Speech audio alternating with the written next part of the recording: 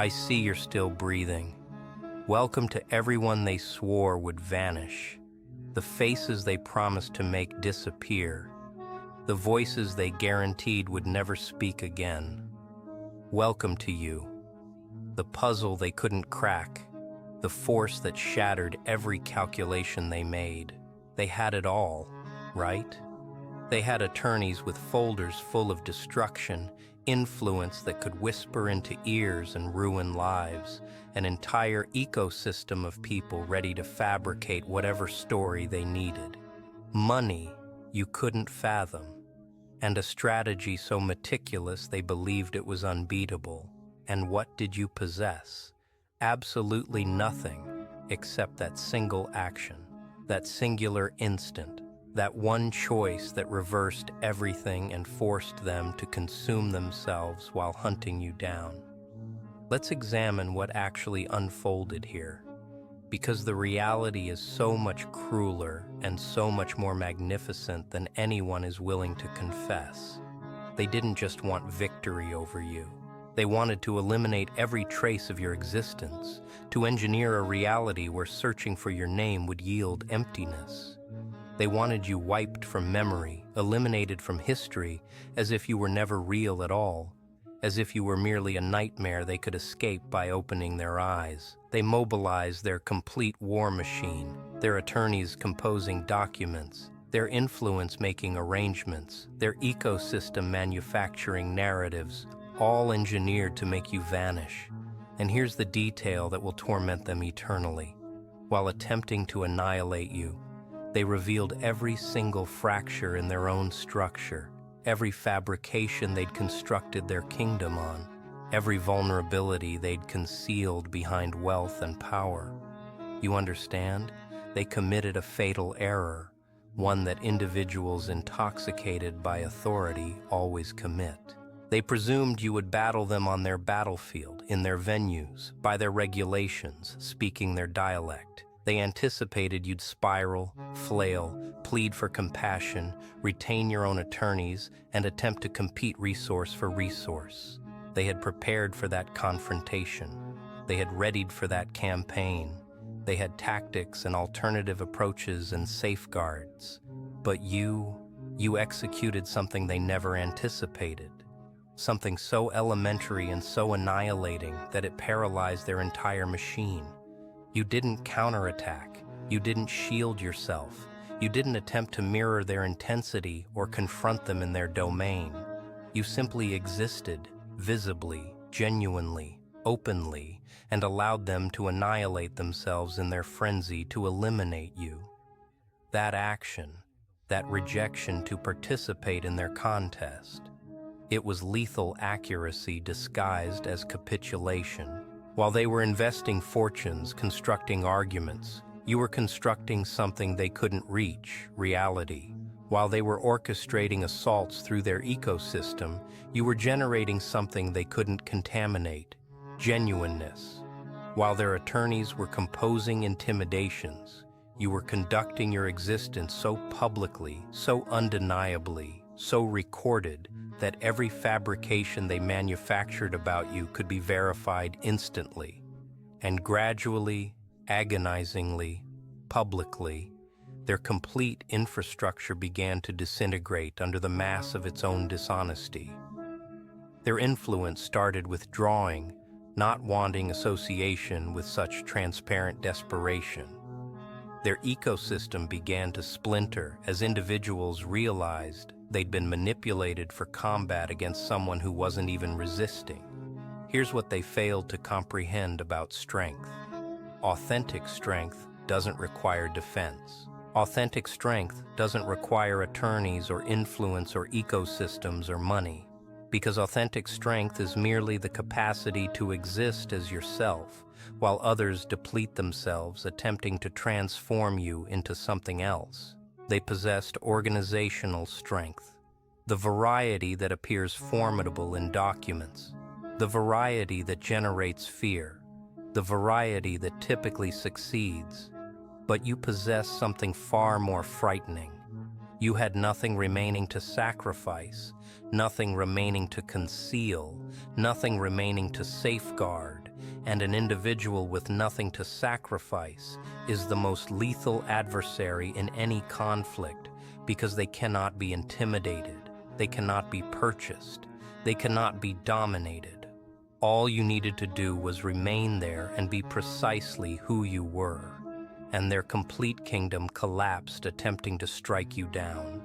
Let me illustrate what was transpiring behind closed doors while you were conducting your existence. Their attorneys were in boardrooms, working endless hours, composing and recomposing tactics, attempting to locate an approach that would succeed. Their influence was making conversations, meticulously selecting their language, attempting to gather reinforcement without appearing too frantic. Their ecosystem was in digital forums, synchronizing narratives, ensuring everyone possessed identical talking points. And the complete damn duration, you were merely sharing your reality, conducting your moments, appearing as yourself. And every single occasion they initiated an assault, every single occasion they attempted a fresh tactic, every single occasion they believed they had you trapped, your simple existence demolished it. Not because you were battling, but because reality doesn't require a defense tactic.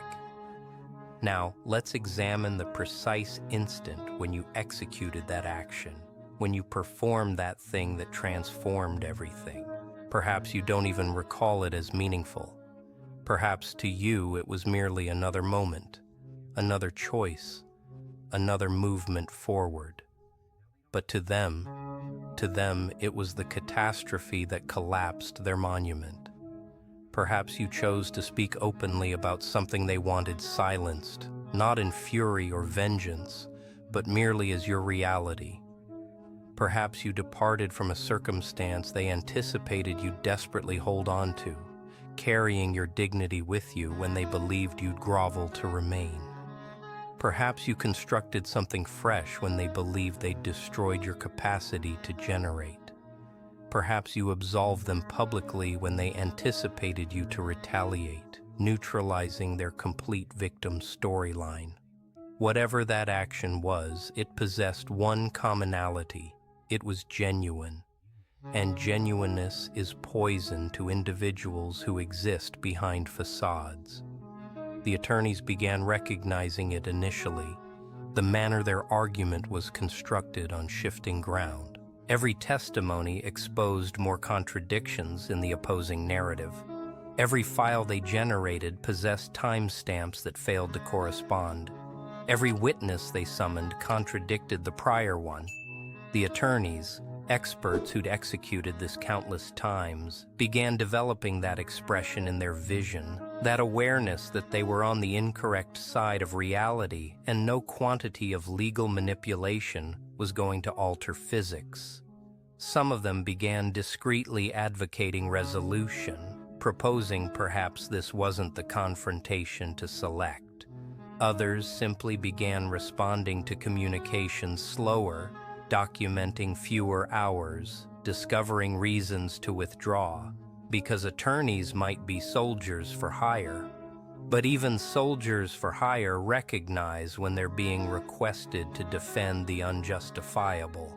And most of them aren't prepared to risk their standing on a failing campaign against someone who isn't even counterattacking. The influence, those commanding allies who could generate outcomes, they were subsequent to begin retreating. Initially, they were completely invested, executing their conversations, manipulating their mechanisms, utilizing their power to attempt to trap you. But then something began transpiring that individuals with authentic power comprehend immediately. They began appearing ridiculous, because what does it communicate about you when you must gather your complete ecosystem to halt one individual who's merely conducting their existence? What does it communicate about your narrative when everyone you contact begins questioning instead of simply assisting? What does it communicate about your character when individuals with authentic judgment begin perceiving through your storyline? So, one by one, these connections began becoming too occupied to assist, began having conflicting interests, began proposing perhaps there were multiple perspectives to this narrative. Not because they suddenly transformed into virtuous individuals, but because they're repulsed by connection with public defeat, and you were making them all appear desperate. The ecosystem, that magnificent structure of individuals who would declare whatever they were instructed to declare, that began collapsing in the most spectacular manner. Because here's the reality about ecosystems constructed on manipulation. They're only as powerful as the advantages they deliver. And you made connection with them toxic. Individuals began receiving questions, began needing to justify why they were so committed to destroying someone who never harmed them. The contradictions in the narratives became striking. The synchronized assaults became transparent. The desperation began emanating like guilt. And gradually, participants of that ecosystem began executing something they never anticipated executing. They began erasing their own declarations, retracting their own assertions, silently withdrawing from the crusade. Not because you intimidated them, not because you retaliated, but because being connected with that magnitude of desperate fabrication was harming their own trustworthiness. Here's where it becomes truly magnificent in that shadowy, poetic retribution kind of manner. Every instrument they deployed against you became a returning weapon. Every fabrication they circulated got verified and revealed, making them appear worse. Every legal intimidation they executed got recorded, demonstrating harassment. Every connection they attempted to weaponize began questioning them uncomfortably. Every participant of their ecosystem who assaulted you publicly now possesses a permanent documentation of their involvement in targeted annihilation. They constructed a cage for you and concluded by securing themselves inside it. Because when you combat someone who's declaring reality by declaring fabrications, you're constructing your own execution. And the complete world observed you reject to construct anything in response, reject to retaliate, reject to descend to their magnitude. And that discipline made you appear like iron while they appeared like fury. Let's be honest about what erasing themselves actually signifies, because it's not symbolic and it's not gentle. Some of them literally erased their digital presence after their assaults on you got demolished into obscurity. Some of them erased their trustworthiness by being captured in such transparent fabrications that nobody can consider them seriously anymore. Some of them erased their standing by pursuing so aggressively after someone who didn't warrant it that now they're recognized for that eternally. Some of them erased their enterprises because the public reaction was too catastrophic. Some of them erased their connections because virtuous individuals began recognizing who they authentically were. Some of them erased their mental tranquility because they cannot escape what they executed and how severely it reversed. And all of it, every single erasure transpired because they couldn't leave you alone, couldn't permit you to exist, couldn't tolerate that you were advancing without them. You want to understand the authentic, devastating detail, the component that's going to pursue them through every wakeful night for the remainder of their existence. You're flourishing now more than you ever were previously. That action you executed, that thing that activated their complete offensive, it didn't merely rescue you, it elevated you. While they were occupied attempting to destroy you, you were occupied becoming indestructible. While they were synchronizing assaults, you were constructing something magnificent. While they were consuming resources and connections and standing attempting to halt you, you were expanding in manners they can't quantify and don't comprehend. And now you're untouchable. Not because you're defended by attorneys or influence or ecosystems, but because you've already survived their worst and emerged refined. What can they possibly execute to you now that they didn't already attempt? What terror can they summon when you've already confronted their complete arsenal and prevailed by merely existing? The attorneys recognize it now, examining their documents, examining their billable hours, examining the result, all that effort, all that planning, all that expensive knowledge, and they accomplish nothing except making their patron appear obsessed. The influence recognizes it now, silently extracting themselves from digital forums, pretending they were never that committed, hoping nobody recalls the conversations they executed. They defended their own standing by deserting ship. And now your adversary is isolated, realizing that wealth can't purchase devotion when the cause is unjustifiable. The ecosystem recognizes it now, those who involved in the assaults, silently erasing evidence, modifying their narratives, hoping the digital world forgets. But the digital world never forgets, and neither do you, and neither does anyone who observed this unfold. They're all existing in the shadow of their own actions now, and that shadow is extensive and frigid and permanent. Here's what nobody communicates to you about prevailing against organizational strength. It doesn't feel like prevailing initially. It feels like drowning when you executed that action. When you performed that thing that activated their response, it probably felt terrifying. The attorney's correspondence arrived and your hands trembled. The influence started executing conversations, and you felt barriers closing in. The ecosystem began their crusade, and you observed fabrication spread faster than reality. In those instances, you probably questioned if you committed an error, if you should have remained silent, if you should have participated in their contest. And that's precisely when you needed to trust that your action was correct. Even when it appeared like you were failing, even when they seemed unstoppable, even when everyone was instructing you to surrender. Because the reality about truth is it operates on a different timeline than fabrications. It advances slower, but it advances permanent. And all you needed to do was survive sufficiently long for it to arrive. They're examining you now in manners they don't want to confess. In silent instances, in private contemplations, they're attempting to comprehend how you executed it, how you survived what was engineered to destroy you.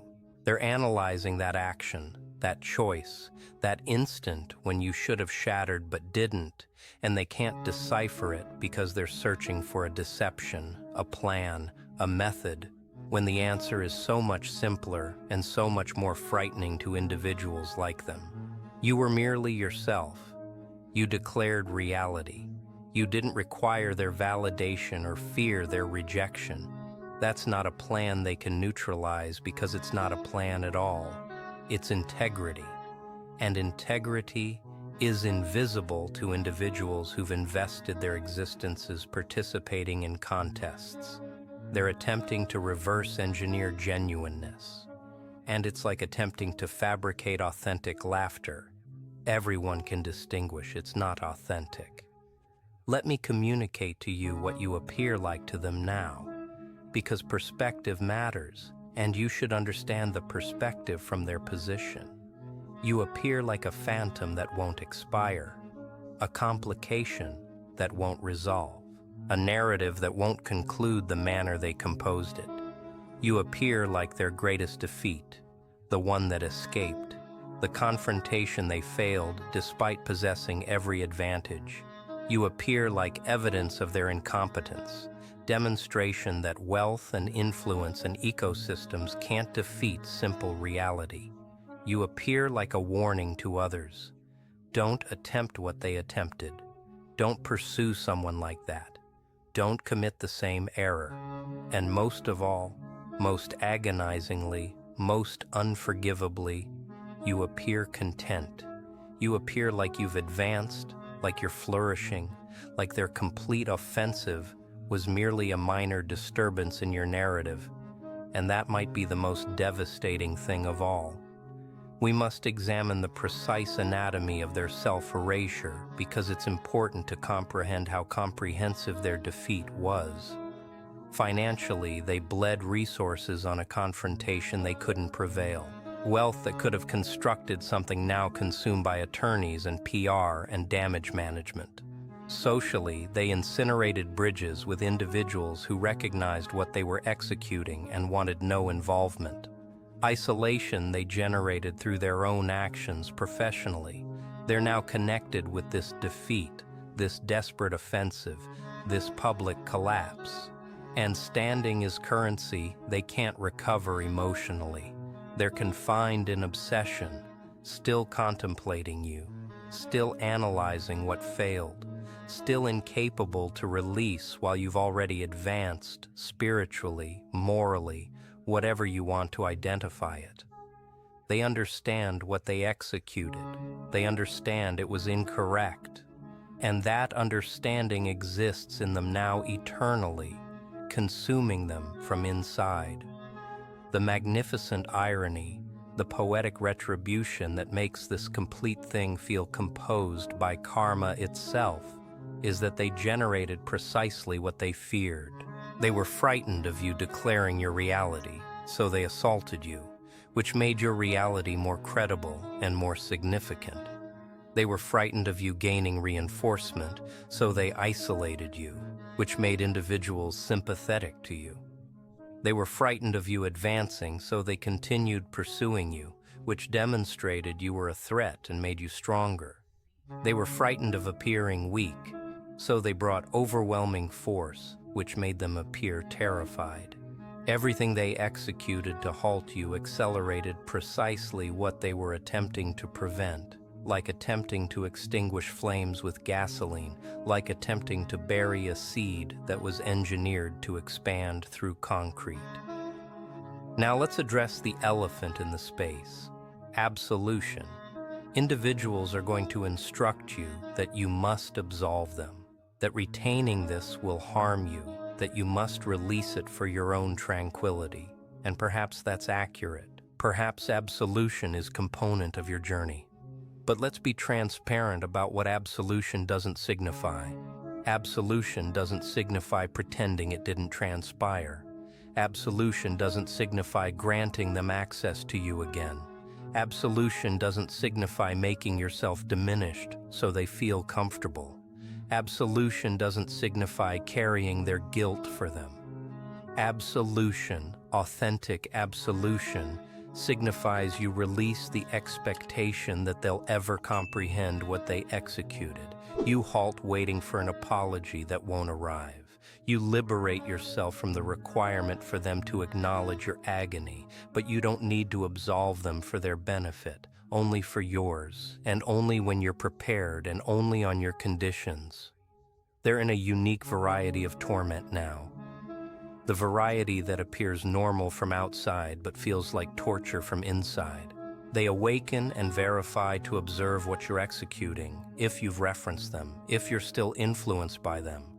They examine through your declarations, searching for evidence that they harmed you, requiring confirmation that they still matter, desperate for demonstration that their offensive landed, and what they discover destroys them. You conducting your existence, generating your material, constructing your future, barely recalling they exist. They wanted to be your antagonist, your destroyer, your downfall, and instead, they're merely a footnote in your redemption narrative, barely worth referencing. That irrelevance, that insignificance, that's worse than any vengeance you could have planned because it's reality and they can't dispute it.